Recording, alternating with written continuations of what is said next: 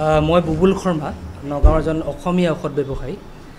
মই প্ৰায় 10ৰ পৰা 12টা বছৰ মই নামদাৰ সৈতে কাম কৰিছোঁ। আপোনালোকে জানে যে 1986 চনত যিটো সংগঠনৰ জন্ম হৈছিলে তাৰ প্ৰথমজন সভাপতি আছিলে এজন অসমীয়া মানুহ ভগৱান বৰুৱা। তেওঁ আছিলে নগাঁও কলেজৰ ইকনমিক্স ডিপাৰ্টমেণ্টৰ হেড অফ দি ডিপাৰ্টমেণ্ট আছিলে তেওঁ।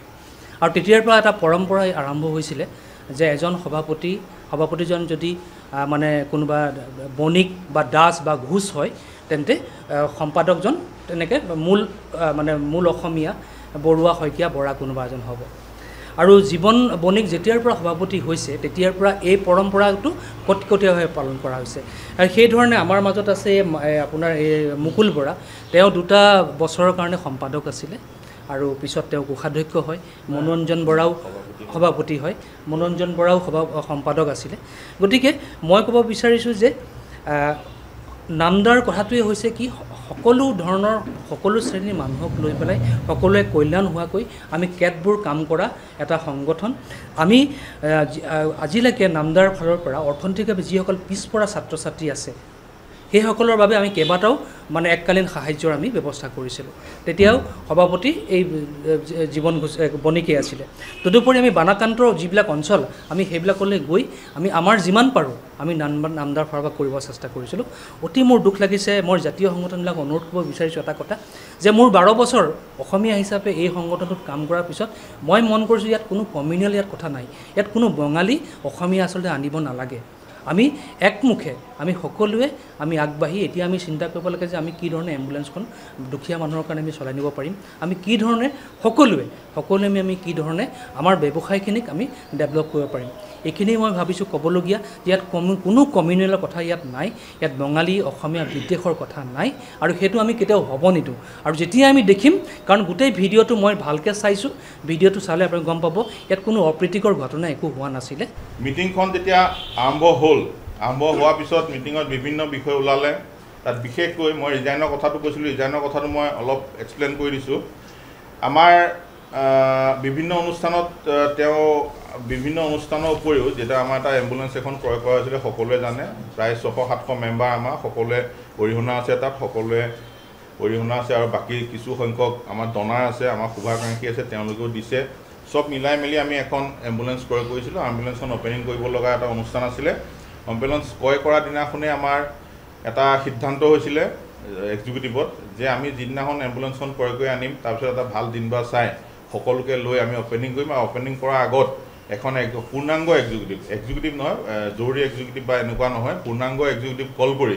তাত এখন নিয়মাৱলী এটা চলাব লগা এটা নিয়মাৱলী লাগিব, কেনেকৈ চলাম, কাক দিম, কেনেকৈ কি ধৰণে সেই নিয়মাৱলী প্ৰস্তুত কৰা আৰু এখন পৰিচালনাৰ সহায় হোৱাকৈ এখন চাব কমিটি গঠন কৰি এম্বুলেঞ্চখন অপেনিং কৰিব লাগিব। ঠিক তেনেধৰণে হ'ল। বিভিন্ন কাৰণত আৰু আছে কিছুমান ইণ্টাৰনেল ফেক্ট আছে যিবিলাক ধৰক সকলো বস্তুটো ৰাজহুৱা কৰিব নালাগে বুলি মই ভাবোঁ। এটা সংগঠনৰ আপোনালোকে সেইটো জানিব, বিশেষকৈ আমাৰ জাতীয় সংগঠনসকলে এইটো জানে, তেওঁলোকৰ ইণ্টাৰনেল কিছুমান কথা ৰাজহুৱা কৰিব নকৰে। যিহেতু মই প্ৰাক্তন সম্পাদক হিচাপে কাম চলাই গৈছোঁ সেইটো মই দায়বদ্ধ সেইকাৰণে। গতিকে ঘটনা হ'ল কি, যেতিয়া এম্বুলেঞ্চখন অপেনিঙৰ কাৰণে হঠাৎ এখন চিঠি দিলে সম্পাদকে, তেতিয়া আমি সকলোৱে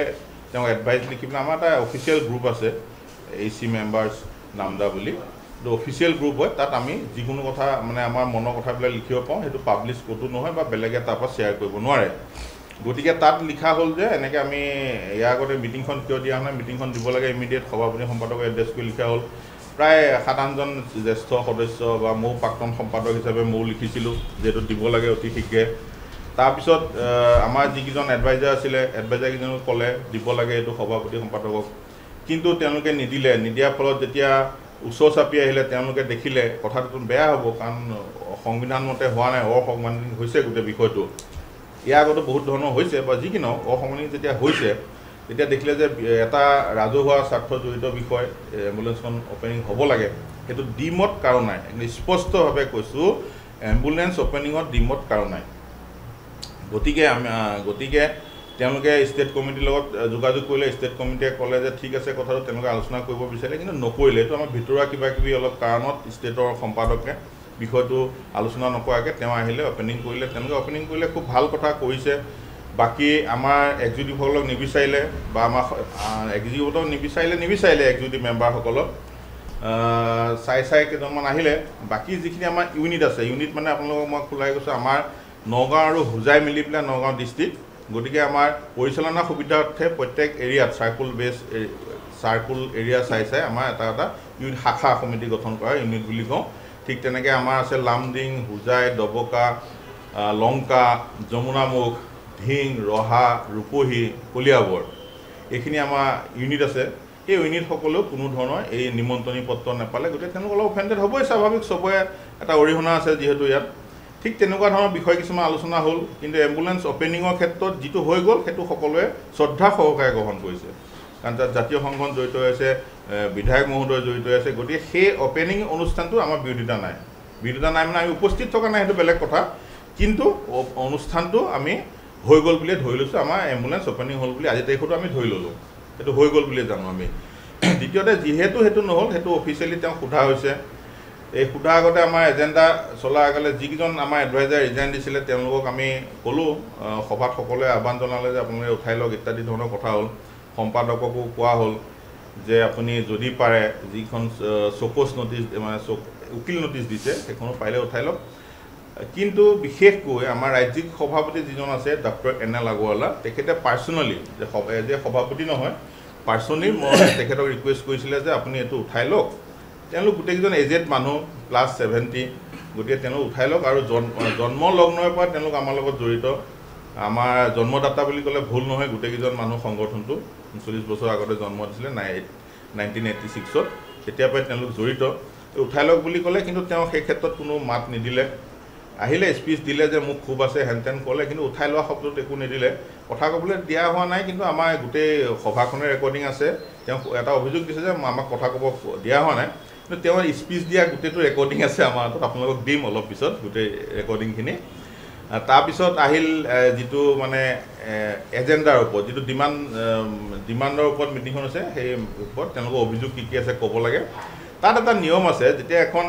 ৰিকুৱেজিশ্যন মিটিং হয় তাত যিজনে চহী কৰে তেওঁলোকক ফাৰ্ষ্ট চান্স দিয়া হয় গতিকে ফাৰ্ষ্ট চান্স দিয়াৰ ফলত সেই 18জন মেম্বাৰ এজনকৈ কৈ আছে কৈ থাকোঁতে বিভিন্ন অভিযোগবোৰ আহিছে জনাইছে অভিযোগবোৰ যেতিয়া অভিযোগবোৰ দিয়া হৈছে তেতিয়া এটাকে অভিযোগ যেতিয়া আহিছে তেওঁক কৈছে বিভিন্ন ধৰণৰ অভিযোগ আহিলে তাৰপিছত তেওঁ কিছুমানে পৰামৰ্শ দিলে যদি এনেকৈ হয়তো এটা সংগঠন নচলিব গতিকে আপুনি পাৰিলে ৰিজাইন দিয়ক পদত্যাগ কৰক নিজে নহ'লে অনাস্থা আনিব লাগিব এনেকুৱা ধৰণৰ বিভিন্ন পৰামৰ্শ আহিলে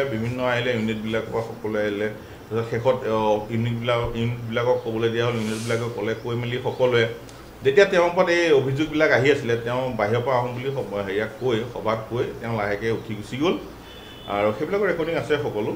তেওঁ উঠি গুচি গ'ল আৰু তেওঁ সভাত দ্বিতীয়বাৰ প্ৰৱেশ নকৰিলে তেওঁ যিহেতু ইয়াত স্পষ্ট একো নিদিলে তেতিয়া সকলোৱে ভাবি ল'লে তেওঁতো ইয়াত মন নাই তাৰমানে ইয়াত সামিল মিলাই থকাটো গতিকে অনাস্থা প্ৰস্তাৱ আনিলে আৰু অনাস্থা প্ৰস্তাৱ গৃহীত হ'ল সেই হৈছে তেনেধৰণে সভাপতি গৃহীত হয় আৰু সংবিধান মানে মানি চলিছোনে নাই এখন মই আপোনালোকক দেখুৱাইছোঁ চাওকচোন আপোনালোকে পাৱাৰ অফ এক্সিকিউটিভ কমিটি ইয়াত সম্পূৰ্ণ স্পষ্টভাৱে লিখা হয় ইয়াতে লিখা আছে ডিচিপ্লিনাৰী একশ্যন ল'ব পাৰে মেম্বাৰ্ছ বা এনি অফিচ বিয়াৰত আমাৰ প্ৰেচিডেণ্টটো পৰে তাৰমানে গতিকে এইটো ইয়াক কপি দি দিম লাগে আপোনালোকক গতিকে এনেকুৱা ধৰণৰ সংবিধান বহিভূত হোৱা নাই আৰু দ্বিতীয়তে যিটো আমাৰ সাধাৰণ সভা এখনত সিদ্ধান্ত হৈছে যে ইমিডিয়েট এখন সাধাৰণ সভা দি এমাহ ডেৰ মাহৰ ভিতৰত এইটো সম্পাদকক নতুন সম্পাদক লোৱাৰ ক্ষেত্ৰত স্থায়ী সম্পাদক নিযুক্তি দিয়াৰ ক্ষেত্ৰত ব্যৱস্থা গ্ৰহণ হ'ব এইটো আমাৰ TGM নকয় এইটো আমাৰ এক্সট্ৰাঅৰ্ডিনেৰী জেনেৰেল মিটিং বুলি কয় এক্সট্ৰাঅৰ্ডিনেৰী জেনেৰেল মিটিং বা জেনেৰেল মিটিং এখন কণ্ডাক্ট কৰিব লগা হ'লে একদম জৰুৰী বিষয় এটা যদি নহয় তেতিয়া এনেকুৱা ধৰণৰ বিষয় যদি হয় যে আমাৰ সংবিধানৰ নিয়ম মতে 21 দিন এটা আমাক সময় লাগে 21 দিনৰ আগতে মই আপোনালোকক দেখাই দিছোঁ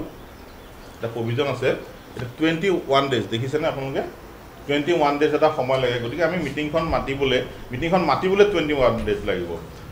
মানে তাৰ আগত চিঠি ইছ্যু কৰিব লাগিব আৰু দ্বিতীয়তে এটা ভেনু ঠিক কৰিব লাগিব ইত্যাদি যিবিলাক আছে সেই কাৰণত 1.5 মাহ এটা সময় লোৱা হৈছে কাৰণ ইমান কম সময়ৰ ভিতৰত নোৱাৰে 21 দিনৰ আগতে মিটিং মাতিব লাগিব গতিকে 1.5 মাহ এটা সময় লোৱা হৈছে গতিকে 1.5 মাহৰ ভিতৰত এই